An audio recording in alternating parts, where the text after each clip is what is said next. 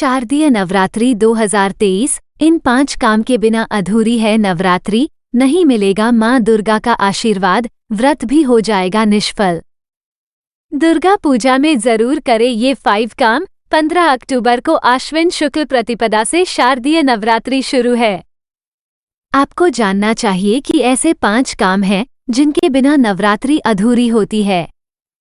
जानते हैं कि शारदीय नवरात्रि में कौन से 5 काम करने चाहिए जिससे माँ दुर्गा प्रसन्न हो और व्रत पूजा भी सफल हो। दुर्गा पूजा में जरूर करें ये 5 काम। 15 अक्टूबर को आश्विन माह के शुक्ल पक्ष की प्रतिपदा तिथि से शारदीय नवरात्रि की शुरुआत होने वाली है। इसमें माँ दुर्गा के 9 स्वरूपों की विधि विधान से पूजा करते हैं और व्रत रखते हैं। लोक मान्यता है कि नवरात्रि में व्रत रखने और दुर्गा पूजा करने से माता रानी का आशीर्वाद मिलता है, साथ ही मनोकामनाएं भी पूरी होती हैं। लेकिन आपको जानना चाहिए कि ऐसे 5 काम हैं जिनके बिना नवरात्रि अधूरी होती है। माँ दुर्गा का आशीर्वाद प्राप्त नहीं हो सकता है और न ही आपका किया गया व्रत फलित होगा। शारदीय नवरात्रि में कौन से 5 काम करने चाहिए जिससे माँ दुर्गा प्रसन्न हो और व्रत पूजा भी सफल हो। शारदीय नवरात्रि में जरूरी करें ये 5 काम। 1. दुर्गा आह्वान। धार्मिक मान्यताओं के अनुसार माँ दुर्गा नवरात्रि के प्रथम दिन कैलाश से अपने वाहन पर सवार होकर परिवार के साथ धरती पर आती हैं। यदि आप नवरात्रि का व्रत रखते हैं तो आपको पूजा से पूर्व माँ दुर्गा का आह्वान करना चाहिए, उनका स्वागत करना चाहिए।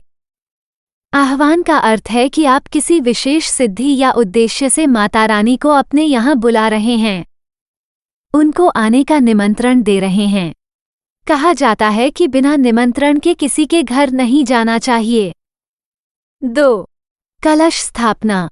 यदि आप 9 दिन का व्रत रखते हैं या पहले और अष्टमी का व्रत रखते हैं तो आपको कलश स्थापना करनी चाहिए। देवी पुराण के अनुसार माँ भगवती की पूजा से पहले कलश स्थापना जरूरी है। पूजा के समय कलश को देवी की शक्ति और तीर्थस्थान के प्रतीक के रूप में स्थापित करते हैं। कलश को वैभव, सुख, समृद्धि आदि का प्रतीक मानते हैं। कलश में ब्रह्मा, विष्णु, शिव और दैवीय मातृ शक्तियों का वास होता है। 3. कन्या पूजा। कन्या पूजा के बिना नवरात्रि अपूर्ण मानी जाती है। दुर्गा अष्टमी और महानवमी के दिन कन्या पूजा करते हैं। कन्याओं को माता दुर्गा का स्वरूप मानते हैं। इस वजह से नवरात्रि में 1 से लेकर 9 कन्याओं की पूजा कर सकते हैं। इसमें आप 2 साल से 10 साल तक की कन्याओं को शामिल कर सकते हैं। कन्या पूजा करने से सभी प्रकार के सुख, वैभव, समृद्धि की प्राप्ति होती है। 4. नवरात्रि हवन।